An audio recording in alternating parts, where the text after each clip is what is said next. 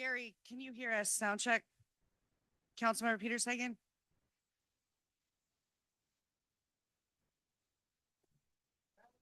Yes, I can hear you just fine. Hopefully you can hear me. Yes. Sound great. Thank you.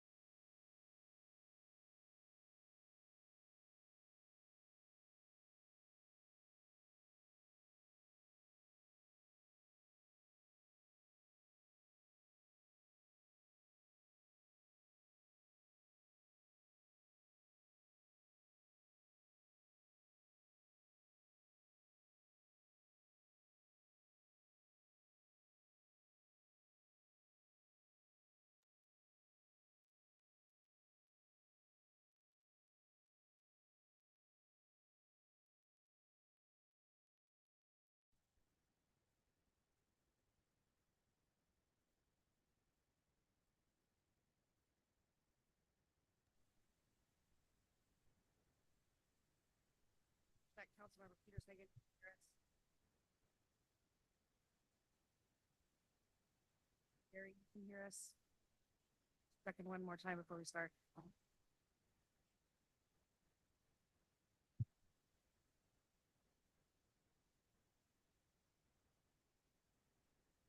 Councilmember Peter Sagan.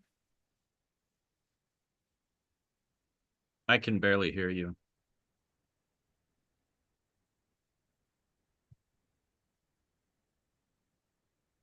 Adjusting the volume. Thank you. That was better, but How about now? not much. I have my volume all the way up on the computer. Okay, how about now? That's much better. Thank you. All right, we're ready to go? All right. Is it not piped to the room? I'm just not hearing anything through the speakers, so. Hello? Gary, as long as you can hear me. Gary, can you hear me? It's not going into the room. Okay, there. Can you hear me, Gary? No. Did he freeze? No, I don't, Hello? Okay, It's not working. Hello? Yeah. I don't think the mics are working. No. all right. Well, while that's it, Gary, on maybe speaker? phone? You want to call him? I can text him. Is there anybody else online though? They won't be able to No. hear us. I have one attendee. I'm not sure who it is. Yeah, these, they're like not on. No, he's there. He just turned his video off. You're still not. First, but now, Kelly, is the only one working? Councilmember Gary. Peter Sagan, can you hear us? Yours seems to work. I'm not hearing anything. Is- Our microphone. I don't know if it's going out either. Oh, you can hear Ryan talking? Okay. Gary, can you hear me? Hear you He talking. can hear me? Okay, he can Hear hear me me. talking? Yep, I hear you, Ryan. Okay, he can But hear I me. don't have a picture. Get it going here. Yeah, that's fine. Okay. It is November 6th, 2025, probably about 6:03 PM down here at the mill. This is a special city council meeting / workshop. So with that, I will go ahead. Order. First item is a discussion item, and that is the 2026 budget. So Barb, I will turn it over to you. I don't know if this is gonna do much for me, but I suppose for those online, use that. Okay, so we have our stuff up here. Let me move this out of my way so I can see. Okay, so we haven't gone over the 2026 capital project budget as a whole. Director Halverson was good enough to do it for us during the last meeting. So I just wanted to do a recap of the capital project stuff, and then we'll go into the remainder of the budget. This is just a reminder that this is our last budget session before we go into public hearings on the 18th. We will have the property tax public hearing on revenues. We will have the first public hearing that night as well. And then the final public hearing will be on the 25th that next week. These have been advertised in the Herald. They are advertised once a week for 2 consecutive weeks just prior to the hearing. So just a reminder on the budget priorities this year, it's public safety, information technology, and maintaining our infrastructure and programs.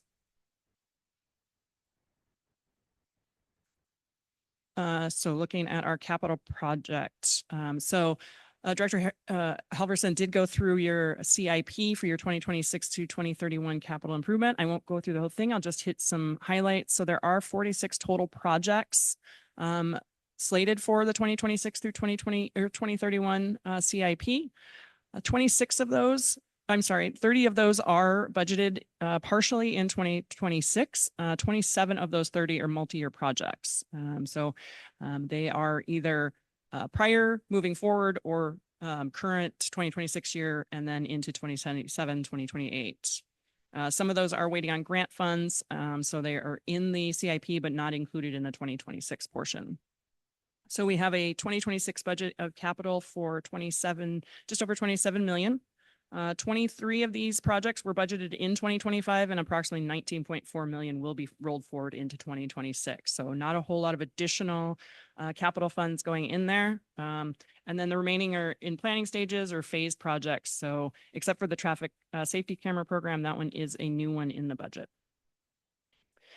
So that I won't go totally into the prioritization, rationalization for that. If Aaron wants to speak on that, it's based on a scoring matrix, safety, available resources, including grant funds, and then potential funding sources, debt service, grants, and then again, the number of people we have to actually do the work. So whether that's project managers or engineers.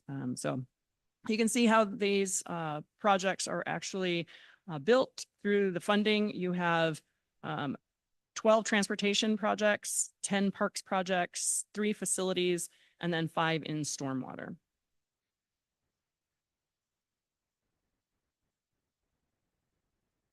This is a look at our TBP program, Transportation Benefit Program. The 2 in blue are completed. Those are the 91st Avenue sidewalk phases, phase 1 and 2 there. Those are completed. Then we have the next 4 projects in the budget for 2026. Those are the 117th, 91st, the next phase of the 91st project, North Lake Shore Drive, and then Soper Hill. This is the actual list of the roadway improvements that are approved to be have spending from the Transportation Benefit Program.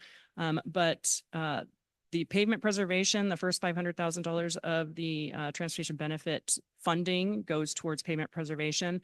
And then the Main Street project, that one is allowed to have transportation benefit money going towards it, but there's none budgeted for that project this year. We have other funding for that.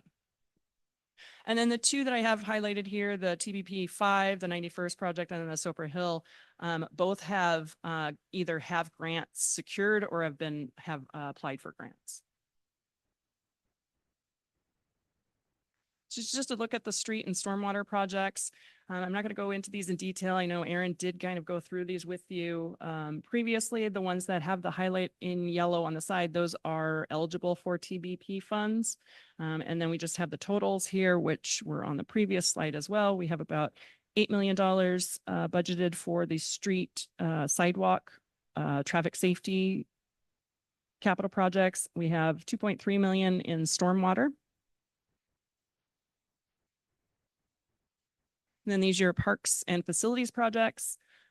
Parks, about $4.5 million. The majority of these come out of the park mitigation funding, and then some real estate excise tax. And then we have the facilities. This is finishing up on the Evergreen office building, HVAC, and then we have the municipal service campus and the museum.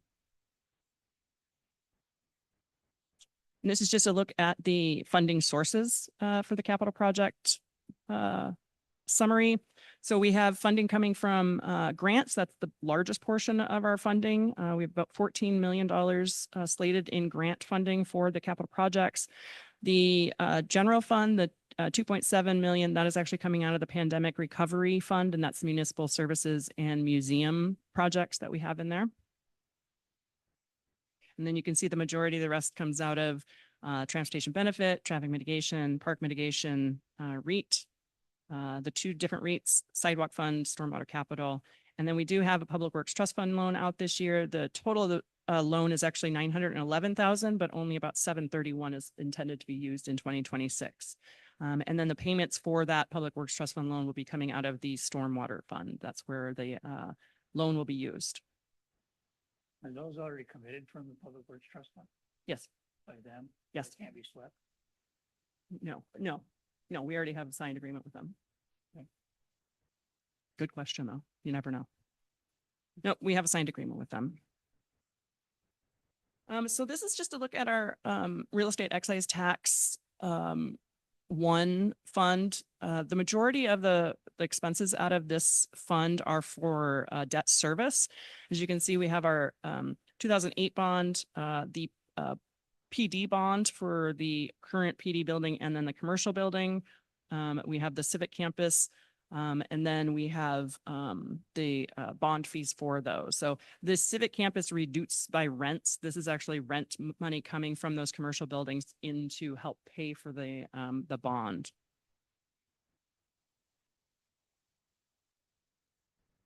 And I guess I should point out on this, what you can actually see here is that, yes, there is a good balance in here of $8 million, but over the years, we're looking at a decrease in our real estate excise tax. That's the estimated REIT in the red and investment interest. And we have bonds that go all the way out into 2050. So I think our final payment is 2053 currently for the civic campus. And so that's why the majority of the funds, although there is a surplus of funds there now, we don't budget much in the way of projects in that, because we need the funding for the future payments. And this is look at real estate excise tax 2. So this is separate. The restrictions on the real estate excise tax 2 funding was more strict than it was on the real estate excise tax 1 up until this year, July of this year. House Bill 1791 increased the flexibility to allow REIT 2 funds to be used for REIT 1 and REIT 1 funds to be used for REIT 2 projects. So that's why this year in 2026, you'll see we have the municipal campus and the museum both coming, some of the funds coming out of this fund. We do have quite a few projects coming out of the real estate excise tax 2 this year, and it does not leave very much funding for future years, as you can see. So right now we're looking at the projects we're doing now, and we're working on how to continue additional capital projects, finishing the ones that we have now and moving forward. So another source of funding for capital projects is the development impact fees. This is your traffic impact fees and park impact fees. And this is what we have here. Basically, it just kind of goes through the restrictions on these, where the funding comes from, how traffic impact fees are segregated into 3 different zones. We have TIZ 1, which is the northeast. We have TIZ 2, northwest, and then the TIZ 3 southern areas of Lake Stevens. So where the funding comes in, that's where you have to spend those funds. So that's why we have them separated out. Then we also have some tree mitigation in lieu of funds that come in, and those come in from the fees that people pay when they need to do development and clear trees. They have to pay a certain amount, and Russ would know this. I think it's 3 for 1. Is that what it is? 3. They have to pay for 3 trees for every 1 they remove. So, and it comes into here, and then we utilize it to put additional trees and things throughout the city. Okay, so we will go into the rest of the budget. If there are any questions on capital, please feel free. I think Aaron was able to answer the majority of them last time we had this deeper conversation about capital projects, but we continue working through the majority of them. So most of these you guys have seen, not a lot of changes here. So again, we went through the revenue strategies, redistributing the funds. This is still in the mayor's proposed budget. The one thing that I did show here, we did remove the sales tax, the public safety sales tax from the budget. It was in there as a placeholder, and we did remove that per council request. And the majority of these things we are working on. Technology fees, resolutions have been passed to go ahead and do the technology fees and credit card fees. We're working on getting those up to date as of January 1st. We will need to come back on the utility tax for the imposition on the stormwater utility, as that does not take effect until an ordinance is put in place. And so that will come back to council. That is in the general fund as a placeholder at this point. And again, the recommendation was to impose the tax on our stormwater utility fund and not pass it on to the ratepayers. And then looking at our expense strategies, the only thing I believe that we changed in here is that we actually added, oh, no, that's in a different slide. The contribution to art, we had this reduced completely. It was $25,000, and there was a request to at least keep $5,000 contribution into that fund, just going year after year, instead of going with the 25. So we have reduced that by $20,000 instead of the full $25,000. So there is some contribution still going into the art fund.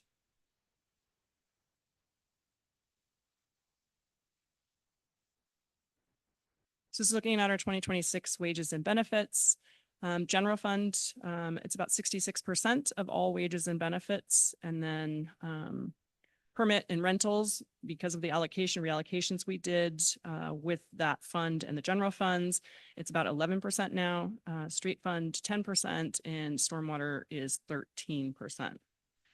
Total salaries is about 16.6 million. This is citywide, represented and non-represented. 6.8 for benefits. That include medical, dental, disability, life insurance, social security, Medicare, retirement contributions, L&I, workers' comp. So 36% of citywide expenses is wages and benefits. So 36% of all expenditures we make citywide are wages and benefits. And then of just the general operating fund, it's about 65% of the fund.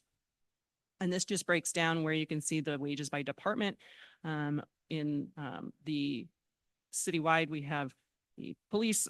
Obviously, that's the largest. Then we have public works, which is actually broken down between stormwater, street, and facilities.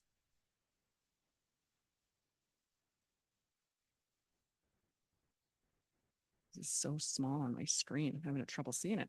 Okay, so this is our proposed COLA and benefits. I did add a few on the benefits side. So the proposed cost of living for the non-represented is 2.44%. That is 90% of the CPIW June to June.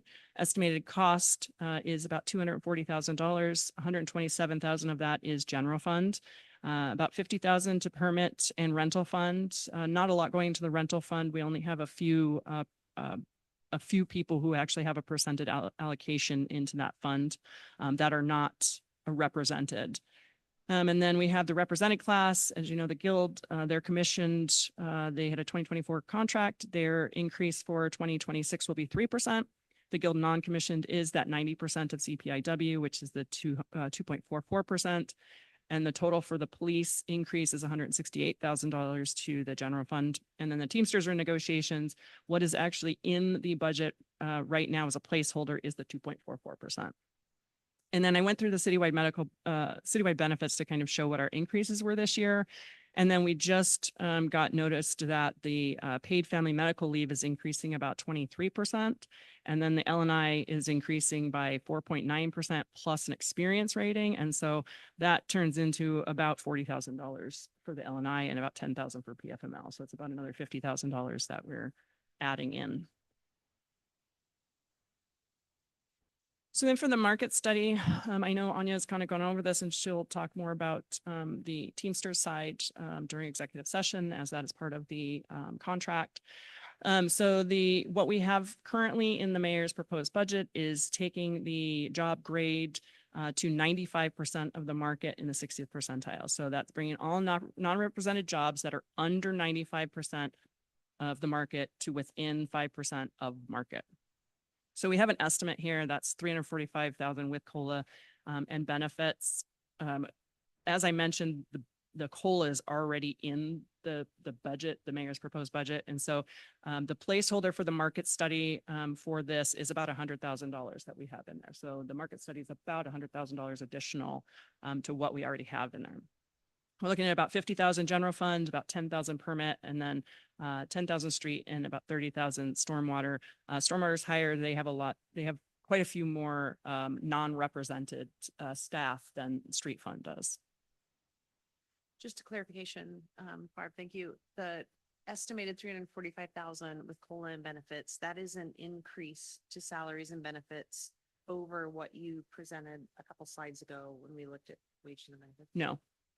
So the cost of living is about $240,000. So it drops that down. So what we actually have is it drops that down. Anya and I were just going through the new salary market spreadsheet that came over today, and this might actually be a slightly high estimate at the 345. So the $100,000 that we have in there as a placeholder is actually probably pretty accurate. So it's only $100,000 above what we already have. Well, actually, it's already in the budget, but not in that one slide. Not in that one slide. Okay, Correct. thank you.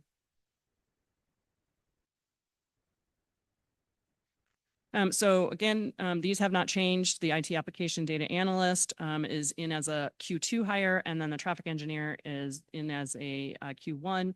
And that one does include the vehicle lease costs and should be 100% funded or reimbursed by the traffic safety camera program. So they're hiring that just to get the program set up at this point. This is look at the proposed 2026 org chart. So the two green are the two new hires. The light blue are unfunded. And so that's a policy analyst that we have had in the system that we were able to hire on contract a few years ago when we've left the position in unfunded as a temp position. If we needed that, it's just been in there. And then the other one is the citywide intern program. And we only hire those if we have budget savings, whether that's from delayed hiring in departments or some of that. So, and we did have 4 this year, I think we had, and they worked out really well. 5. They worked out really well. So those are unfunded, but the positions are actually in there. So this is just a recap of the programs and purchases by fund. You can see the police equipment fund. That one is the largest. I do have the next slide. I'll kind of go over their replacement costs and kind of walk through that. And then we have $163,000 in the general fund. This is a slight change. We had $30,000 in there for the senior center. We didn't have any additional funding for the VOA, and the VOA did come back and ask if we would fund them again this year at the same amount as last year. And so we did add the $65,000 in there. So that is why that increased. So I'm sorry, 30,000 for the senior center, 65,000 for VOA. Yep. And then the other things were the AED and first aid equipment for the new building, some additional emergency operations cost. We have the code books for planning community development. There's a forensic software program for the police. Then we had the majority of the rest of that was increased operational costs for the parks, just having more parks. I think that was about $49,000 additional this year. So that's what made up the general fund. And then we had the street fund. The next section, we had a few things for public works, pavement preservation software, increased engineering professional services, which we're going to need with a delay in our engineering. Continuing our EDS update, that is split between street and stormwater, and then the stormwater evaluation, and then the alum treatment, which we talked about. And then the other ones are in our capital funds, shared equipment for parks and public works. This is a change. Originally, there was an approved request from the mayor's budget for one piece of equipment for parks, but came back and what is really needed is the equipment attachments for the synthetic turf maintenance. So that got put in there rather than the entire piece of equipment. It's just the attachments that'll go to the equipment that we currently have. So it was a good way to compromise on getting what we needed without spending tens of thousands of dollars additional. And then we have the data center upgrade in the computer. And then, as I mentioned, the vehicle replacement program for the police. So this is a look at what I have for the police replacement. So in 2024, council authorized the vehicle lease program for the replacement of the police vehicles. And we actually have to go in and look at pre-authorizing their costs. And so in 2024, council pre-authorized their costs through 2026 because they have to order their vehicles so early. So the 2025 budget in here is actually for 2026 vehicles. The 2026 budget is actually for 2027 vehicles. And so the budget that's in for 2026 is $284,000. That's for 2027 vehicles. So early budget approval is really critical in order for them to get the vehicles and get them put together and get them on the road. And so the chief staff is requesting pre-authorization again for their annual allocations and costs to occur through 2028. They only asked for 2 years this time because basically costs are changing, things are changing, whether or not they stay with lease or go to purchase. So just ask for 2 years and we'll come back again. So it's not really a pre-budget authorization. It's just, yes, you may go forward with this replacement vehicle program. And so this will come back every year. We come back and we say, here's the amount that they're asking for 26. Here's the amount they're asking for 27, and that goes into the budget. But we need to know that in advance so that they know how to actually replace their vehicles. And they are really good about, if they don't have one, they push them out. If they don't need it, if they find that their maintenance costs aren't increasing and the mileages are, where they need to be, they'll push it out a year or two. And so I think that's what actually happened. There's a couple of years where it's actually going to go up a little bit, where they pushed them out and now they're gonna have to get an extra one or something. So it's just the same thing we did in 2024, just trying to get ahead of their purchase needs. So this is a look at, again, the proposed budget for all funds. The two highlighted in green are general and then other general funds. I know there's questions about what our other general funds are. We have our reserve fund. That's where it's just our construction sales tax goes in there. That is a backup for our general fund. We just don't want to put it into our general operating fund, as we don't consider it ongoing revenues. We consider it one-time or short-term revenues. We have our permitting fund, the managerial fund, pandemic recovery, which will be spent down in 2026. And then our rentals, that's for our commercial rental. We have that one as a managerial as well. So I did make adjustments today. I was actually just telling Director Halverson, I made a couple of adjustments that aren't included in this budget. I received notice that the calculations that were done for the state shared revenues, that's like your criminal justice and your motor vehicle sales tax, the calculation was done incorrectly by the entities that we get that from. And it actually increased the general fund revenues by about 7,000, increased the street fund by 80,000. So good news for Director Halverson and the street fund. So there'll be some updates. I am constantly updating this. I was updating this before I came. I did have to increase the finance professional services, as we will have a federal audit next year, our first one, from spending more than $1 million in federal grant money. And I had estimated $50,000 for our audit next year, and it's going to be $56,000. So I got that estimate today. I was like, oh, better put that in there. Oh. Not the direction I want it to go, but that's the direction it went. So this is looking at our general fund forecast. There's 3 lines here. So we have our, the red line that's going upward. That one is our reserve fund. That is just construction sales tax. And that is assuming we're not spending any money out of that. That's why it keeps going up slightly over the years. We have the blue one at the bottom. That one is just our general operating fund. And that one gets $300,000 worth of construction sales tax per year. And then the rest goes into that other fund.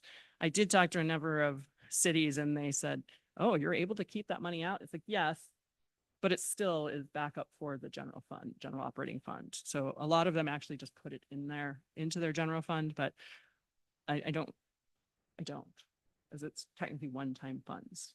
But we could increase the allocation to the general fund. It's the orange line is those 2 funds together, and that's what we generally consider our forecast. The orange line shows in 2029, so end of 2029, we will have $1.6 million surplus still. So yes, we are still running a deficit spending in our spending. I added this slide with a couple of definitions. We talked about it a little bit last time. What is a balanced budget? What is structural deficit? A balanced budget, you would prefer to spend less than you get in revenues, but we utilize all of our resources, which includes our beginning cash, in order to balance your budget. So it's cash plus revenues, everything you're going to have in the year minus your expenditures. That's your balanced budget.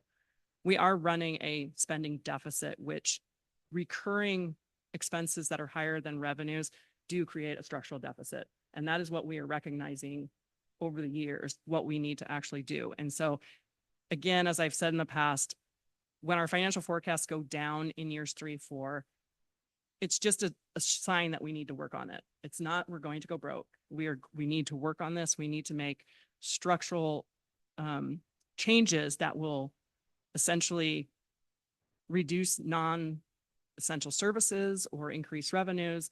We just need to work through it for sustainable adjustments. And so that's kind of where we're at right now. we have a balanced budget. We do have a deficit. We know we run it as a deficit. But when we look at our budget, how much we actually budget as a deficit, we don't generally hit that deficit. We get more revenues than we think we're going to get. We spend less of our expenditures than we're going to get every year. So it's not as dire as it looks. And so we try and say that all the time. I recognize this. It looks bad. Yes, I would love it if we had a completely balanced budget when it comes to revenues over expenditures. It's hard to do that though, when we have a lot of competing priorities and a lot of community need. So that's just, I put it in here just so everybody understands what that means. And so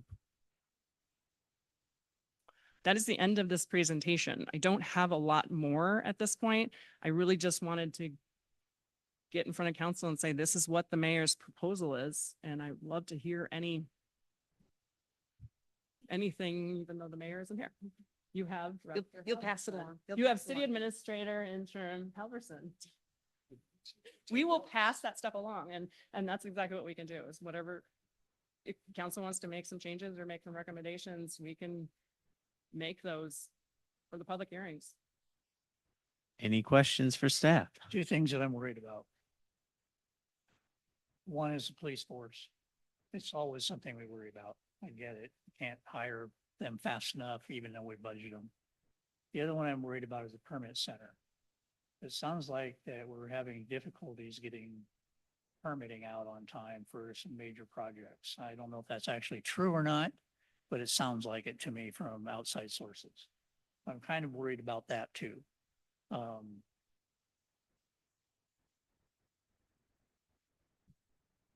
Director Wright, I'm responding. No, we don't have issues with getting our permits out on time. We have a staffing issue. And as part of the staffing freeze for this year, some of our positions have not been able to be backfilled. So it is just a matter of not having the staffing level that we've had in the past. We're down 2 positions right now, so that's causing a little bit of a backlog, but it is not a systemic issue for us. Is it alleviated in 2026? Yes, So we're hiring those 2 positions in 2026 to backfill what We're- we don't have in the freeze. we will have those positions full by first quarter of 26. They're in recruitment right now. We didn't stop recruitment on those. We did go ahead and push them through. So it just takes time to get through the process of actually hiring when somebody leaves. I So get that. I mean, just look at the police force. Yeah. But you guys don't have the problems that they do in the police force, so I get that. It's just that I'm worried about it. Okay, that's all I have for right now. Anybody else? I have a few things. You only get one. I only get one? Yeah.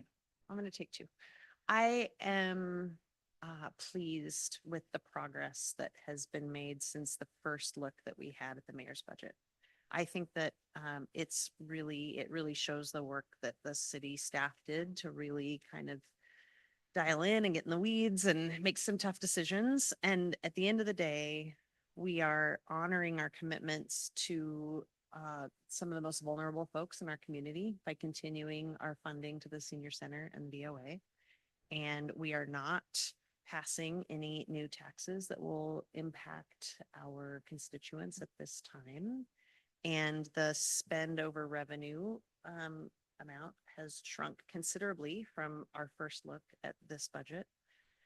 I also would love to have a budget where the revenue is more than expenditures. And I think you're right. I think that's the work of council, and that's what we have to commit to keep doing. This isn't a November conversation. This is a year-long conversation. And there are things that we can do throughout the year to help move the needle and impact this process next year. But I think we're in a better place than I imagined we would be at this point. So I appreciate everybody's work in getting us to this point.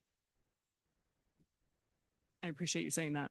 It has been a lot of work internally, but we've been recognizing things that we need to do and things that we need to bring forward to council and talk about sooner. So I agree with everything you said. I would like to point out that over the years, I don't think we've actually ever had a forecast where revenues were over expenditures. Not in a very long time. No, I think it's been probably before 16 years ago. Because I've always called this the doom and gloom graph that I really don't like because it doesn't show it really quickly, it looks like we've got a problem because we got some downward slopes on some of the line graphs. We've always had those downward slopes. They've always been 4 or 5 years out. They're not now, but they were. So yeah, it does show that we need to work on it, and we do. I'm not saying we don't need to work on that, but I hate this graph. I just hate it because it looks to a layman like we're in trouble, and we never have been. If you look back at 2024 actuals, that's not what we showed in 2024 for our Projected. forecast. Yep. Right. It's come really, really close for 2024. 2025, maybe not so much. We still have an estimate on that because we haven't closed the books on it. So we'll see what it really comes up with. But every year it turns back the other way and it keeps going out further and further and further. So I really hesitate to, really bear down on anything when we don't have actual numbers to back it up. I do like the fact that it's still kicking the can down the road like we usually do. But at the same time, by your definition of a balanced budget, we have a balanced budget. I would still love to be able to have revenue more than expenditures every time we turn around. But boy, the city growing the way we are and the things that we're trying to accomplish, we're doing really, really good. Well, and some of the way that the state structures what cities are able to do in terms of. Exactly. So. I mean, every year we get more stuff that we have to pay for that we weren't expecting. Exactly. And it's nothing that we can control. Now, that's not an excuse. No. In the reality of things, we still have to watch for it. But, we're doing the same thing over and over and over again. Barb does a great job on what she does for the budget. And all of the staff are doing a fantastic job. As you pointed out, doing a fantastic job of trying to get this reduced. And at the same time, we still have a police issue that we really do need to get focused on somehow. And that comes from general fund, unfortunately. And the parks too. That's another one. Well, yeah, It's- the parks, it's- what we can do is just get rid of parks. I don't know the community would love that, but yes, you Yeah. could. I mean, After all the years of trying to get a parks department. exactly. But yeah, that's a problem. We have to figure out how to do those two things are a major portion of the problem.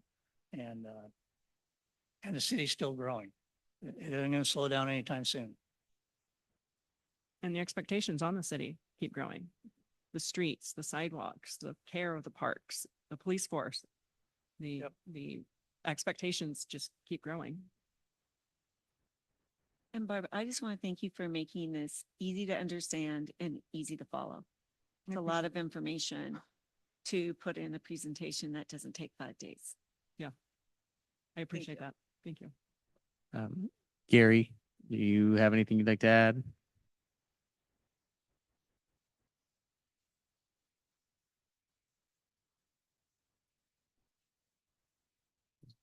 All right, Gary, you're mute. Oh. Yeah, having not heard half of what you guys said, no, I don't have anything to add right now. So my screen goes in and out, so unfortunate, but Okay, sorry about that. thank you. I'm assuming Mayor Gailey has not been able to join or anything. Okay. Okay, then I guess it's my turn. You wanna off-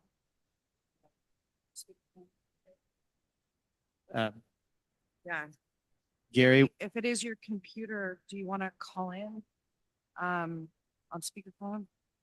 Is there another way or would you like? No, No, okay. so I'm fine. It's all. okay, well, if it gets better and you want to chime in at any point, just go ahead and interrupt, please. I mean, I completely agree. The work that has gone into this has been tremendous and much appreciated. My concern is, for me, slide 25 is still kind of the takeaway. And when I look at that bottom right corner, that's a big number. And as we kind of talked about, the expectation is the city will grow, the demands on the city will grow. And my concern is that, we talked a lot about buildable land not being available. I mean, hopefully the agreement that Russ and his team were able to negotiate will open up some commercial opportunities along 20th. But barring that, one of the things we talked about is our ability, our opportunities for improving commercial activity in the city are somewhat limited. And so I am concerned that if we don't get ahead of this now, that our expenses will only continue to outpace our revenue. And my approach, I guess, is I'd rather be pleasantly surprised than bitterly disappointed, or more to the point, whoever eventually sits in my seat years from now will have that joy of surprise. So I appreciate all the work that's gone into it, but I'm still not sure it's enough. Having said that, also, I know we're coming down to the end of our time discussing the budget. So as Barb mentioned, for the sake of staff, Mayor Gailey and planning, one thing I would like us to do as a council tonight is kind of come to a consensus on what we feel. Does more work need to be done? Is this enough? Where do we want to go so that plans can be made appropriately?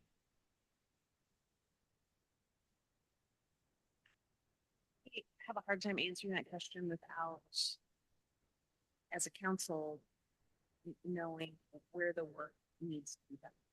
And so, and maybe that's that point of discussion. Do we need to do more brainstorming about revenue creation? I don't feel like there's anything I don't think there are unturned steps. Do we need to continue to drill down and look at expenses to be cut? I think department heads and city staff have done a lot of that work already. If that is something that you feel like is work still to be done, I'm happy to be a part of that conversation. From where I sit and from what's been presented, doesn't feel like there's anything through. You know what I mean? It doesn't feel like there's anything like, yes, let's get together and let's have this one discussion about this one thing. So I think that's why. Your question. Well, I guess you've gotten to the heart of it. It's, do we, take the progress, the very meaningful progress that has been made, and kind of view it as a step in the right direction of work yet to be done, and hope and trust that we continue moving in the right direction and things improve? Or do we say we need to, make uncomfortable choices and force difficult conversations now to prevent, a larger issue, more abrupt issue like we've seen some cities around us face down the road? And to be honest, I mean, I still wrestle with that, but I think that's something we should really try to figure out tonight if we can.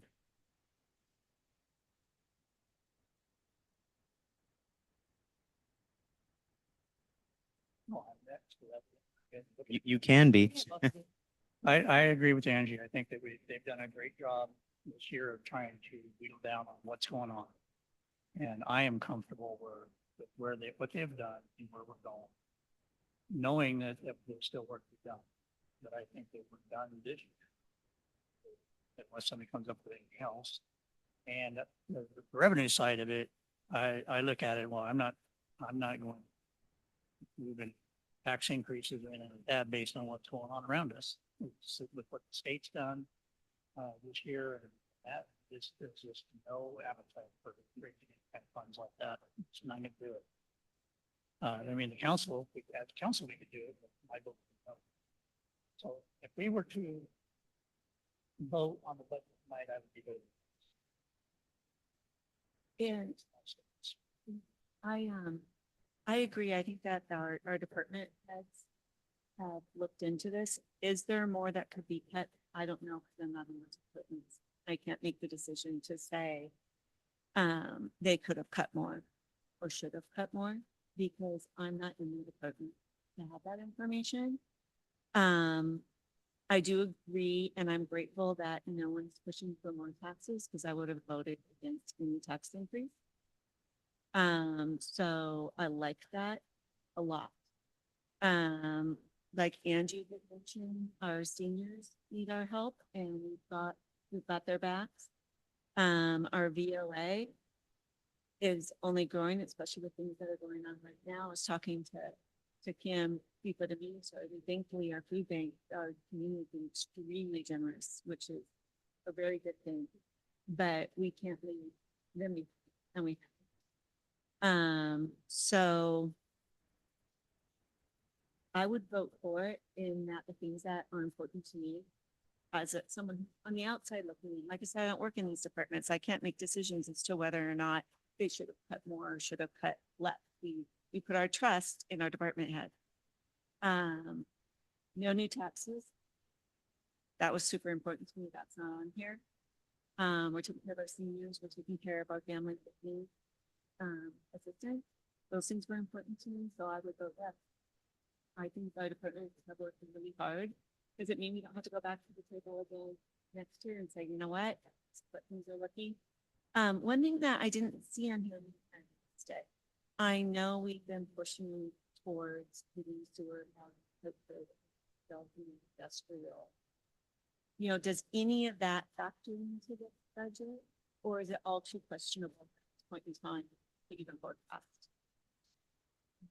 It's all the like mics. he's got red I'll take all lasers the on him. mics. I think I understand your question. So the sewer extension project on 131st from 20th up to Old Hartford is a capital project that we'll be constructing next summer. Okay. So that's about a third of that, the length of the road. Is that the question? Yeah, and Right. is there anywhere where it's gonna go further so we can actually start having more of an industrial? Because it's my understanding we can't move forward with businesses out there until we get. Yeah, it's not currently planned in the CIP to take that sewer farther to the north this. It is something that has been discussed at the utility committee meetings and will come up again. In fact, there are developers in the area who are looking at that alternative. That's not a capital expense necessarily. I'm thinking of lines of future revenue. Yeah. Generating. And it is the city's intent to move forward with our advanced neighborhood plan for the industrial area next year. That has been sidelined for a couple of years, trying to catch up with the changes coming out of Olympia. That is still very much on our work program, something I hope we can. Thank you. Gary, I see you have your hand up. Yes, hopefully you can hear me. I guess I would just remind everybody that, you know, budget process, as you move forward, a budget is not static. And that, things do tend to change, whether for the better or for not so better things. And I would, certainly, trust or aware the staff that we have will make the appropriate adjustments as the year goes along. I don't see it as a situation where we're going to wake up one day next September and go, holy cow. We didn't see this coming. So I think our staff is prudent in analyzing things as it comes in every month, and I would trust that they would continue to do that, and we make the adjustments, or the new council makes the adjustments accordingly as time goes by. Barb, you made a comment about wanting to make sure things are in front of us sooner. Can you say more about that? I guess it's just more regularly get this information to you. When I give you your quarterly information, the information is in there. Sales taxes are coming in better, they're coming in worse, that kind of thing, but maybe make more of an effort towards looking at what does taking on this property look like in maintenance and operations? What does hiring these 3 additional staff for this one department look like for all the rest of the departments? What does this actually look like? I think Director Halverson and I were just talking about it. Like, we need to look at these additions strategically. What does it look like overall for the entire city? What does it look like for our budget? I mean, we stood up a parks department. That was a big push. And I think the way we had originally planned it out, it was going to be a park and rec coordinator to start with, and then ease into it over a few years. And I think that was the original plan, and it was changed, and no, we're going to do director now and move forward. We have an amazing director, so nothing against that. It's just, we didn't plan those revenues out with the vision. And so we need to look at those things a bit more strategically. How are we going to actually pay for these things as we're doing them? These are things that the community wants, and the community loves having these parks as they are. And it's great, and adding the recreation. And I know Director Garceau is looking at which events are bringing in money, which events are bringing in people, what are we doing? And so there's a lot of strategy that goes into these things that maybe we need to be better at bringing to council and saying, giving that event for free is not helping you at all. That's not helping the general fund. Giving this permit for free or donating all of this time and effort into these different programs and events is not helping your general fund.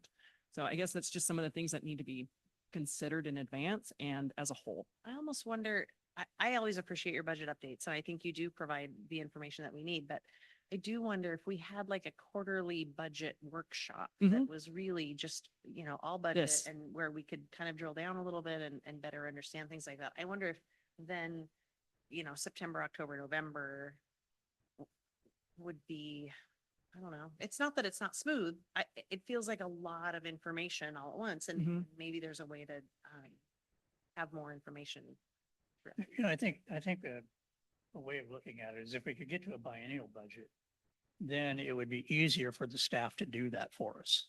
Because they're not working on a budget every year. They've got a biennial budget, and they can do a quarterly workshop with us a little bit easier because, they get a little bit of time back out of a biennial budget. But we're doing the same thing at community transit right now. We just got our first biennial budget, and it's releasing the staff time to put that budget together every year, and they're really excited about it. So I think the same thing would happen at the city if we could actually get to the biennial budget. And then with the biennial budget, yeah, we definitely need some updates because you're looking at 2 years out. Yeah, county government just made that switch too, and it's Right. made a huge difference just in terms of the time that you get back Yeah. and planning and conversation and sort of seeing a bigger picture. So one of the things that might come out of this is that, hey, we put a little bit more effort in and get the biennial budget done so that we can look forward a little bit further and get that information back to us, and we can make, even in a biennial budget, you're still making budget amendments. Everybody's going to be doing that. We do it all the time.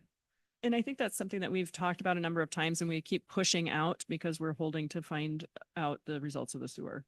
Like, are we bringing in the sewer in the middle of a biennial budget, or what are we doing? We need to plan out the biennial budget, and are we planning it with that in it or not within it? So it's really difficult to do when we're kind of in a flux, and we won't know that until sometime next year at this Right. point. So. I understand the argument of that, but at the same time, others have done it when they have major flux. Well, CT did it with a huge flux, where they're taking on a heck of a lot more personnel and buses off of a contract, and they're bringing it in-house at the same time they're doing a biennial budget. We're talking about absorbing an entity, though. That's not a contract, that's an Oh, entity. Okay, I get it. Yeah, but it was huge. Yeah. But I'm just saying. Yeah. Oh. But I know with all of the innovation and everything we're looking at too is potentially actual budgeting software that will go into our system, which can spit out the reports and the things that you need more easily. So I'm not going from spreadsheet to spreadsheet to spreadsheet and updating this versus the other one and the next one and making sure they're all together. Because like I said, I've made updates. I'd love to provide those already, but I need to go back and update Springbrook so I can update our ClearGov so I can create the budget book. And so it's like, it's innovation and efficiencies that we need to create. Makes sense. So Angie, I guess, having said all that and discussed all that, which way would you lean on the proposed budget? If we were to vote tonight? If we were to vote tonight on this budget, I would vote yes.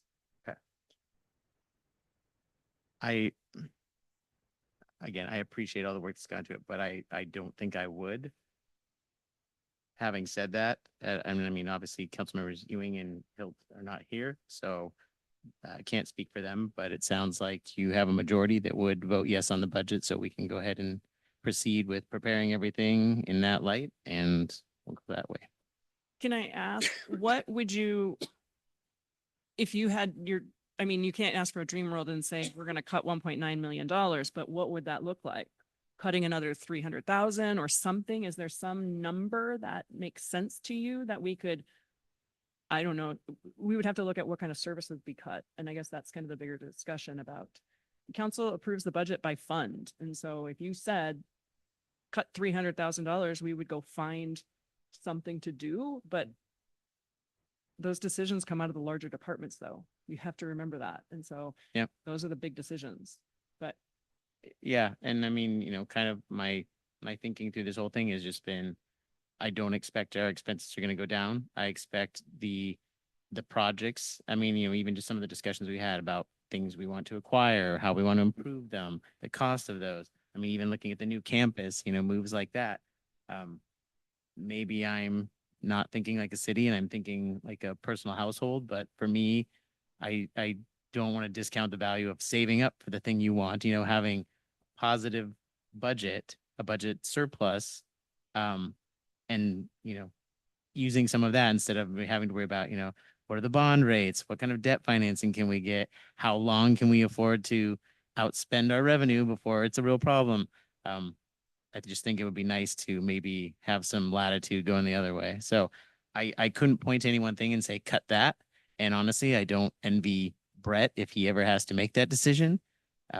I appreciate all this information, but for me, I view it as context. I absolutely want to understand the ramifications of any decision I make, but deciding what The problem is Brett doesn't make that decision, we do.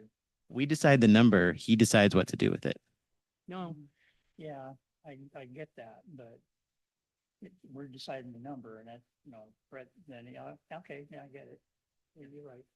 So I mean, and I think it's great how collaborative he is. And again, I absolutely want to understand where he would expect that to come from. So, I don't have anything, I don't have a hit list, so to speak, where I'd say that needs to go. But I'm just overall financially, I see that number, almost $16 million decrease. Even if it ends up being less than that, that's a lot of money. So that's just kind of my thinking. and as your finance director, I'm very fiscally conservative.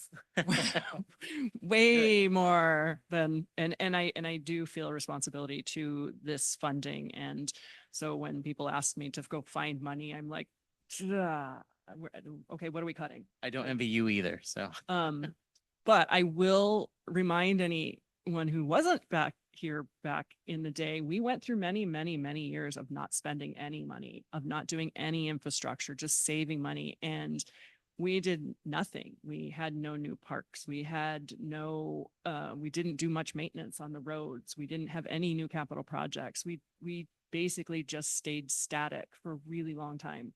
And that is what just savings did for us. And then we had to flip around and do everything because everything was behind, and all of our pavement preservation, we're having to catch up with everything at this point. And so I guess that's kind of where, yes, I would love to have a savings account as well that we weren't utilizing as backup for the general fund. But that's not reality of our expectations. Well, yeah, and I guess in a way, that's my concern. I feel like we're leaning very heavily on our existing savings account right now. And anytime you're burning through your savings, that can only go on for so long. I hear you, Ryan, and what you're saying. One of the challenges also is when you save for something, you're going to save a lot more. You're going to have to save a lot more than you originally budgeted because everything's getting more and more and more and more and more expensive. Every time I go to the store, it's more expensive. You go look to buy a car, it's more expensive. You go like everywhere you go. So sometimes it's a matter of when you're saving money, you're actually losing money because when you spend it, it doesn't go as far. Definitely what I'm seeing. And sometimes you just can't buy the thing you want. So, This is true. but anyway, like I said, that's just where I'm at, but it sounds like you have at least 4 that would approve the budget as proposed, so we can proceed in that direction. That doesn't mean that there aren't still opportunities during the public hearings for questions and clarification and ideas and. To be clear, yeah, that by no means, it doesn't mean the budget is finalized or passed. It just means Let's be clear about that. the resolution we're going to get, all the other documents, they're going to assume that we're moving forward. If something changes drastically between now and the time we vote on it, that could still happen, but I'm just to give staff direction You know, so we're not just sitting here twiddling our thumbs. We kind of have a direction. And I really appreciate the direction, since I only have a few days to put together the first public hearing. So I very much appreciate the direction. Thank you. So with that, anything else? Well, I'll start with you, Barb. Anything else you want to say, present, show? No, I appreciate all the input and a lot of the discussion, and I appreciate, you know, saying that, understanding that we have done a lot and there is still more to do. Yeah. In both directions. So I appreciate that. Any additional questions, comments from council? Gary, if you have any, just go ahead and raise your hand and I'll give you a minute. Nope. Okay. Anything in the room? All right. That moves us on to item 3, our executive session. For collective bargaining, no action is expected to follow. Yes, so this is a confidential session of the council. We're requesting 10 minutes. But I want to give 2 minutes just to clear the room, get the speaker ready. Gary, if you could switch over to the Teams link that we sent you, and I think I see Greg on there too. So we will be back at 7:13.